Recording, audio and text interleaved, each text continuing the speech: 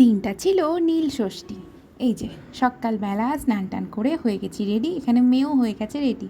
বাড়ির ঠাকুরকে পুজো দিয়ে এবার মন্দিরের জন্য পুজোর সব সামগ্রী সাজিয়ে নিলাম। এই যে দুধ, জল, মিষ্টি, এদিকে ফুল আর বটসহ আম তো আছেই। সব নিয়ে এখন যাব মন্দিরে, আর সঙ্গে যাবে মেয়ে আর এই যে বর। তো তিনজনে মিলে চললাম হেঁটে হেঁটে। মন্দির যেহেতু খুব একটা দূরে নয়, কাছেই, তাই হেঁটেই চলে এসেছি এই যে সাত মন্দির তলাতে। যাই হোক, আমাদের এখানে পুজো দেওয়াও বেশ ভালো করেই হয়ে গেল। এখন আমরা বাড়ি ফিরছি। আর বাড়ি এসেই আজকে দুপুরের মেনুতে যেহেতু লুচি আছে, তাই এখানে আমি গরম গরম লুচি ভাজতে বসেছি। আর শোনো, লুচিটা কারা বেললো চলো তোমাদেরকে সেটা আগে দেখায়।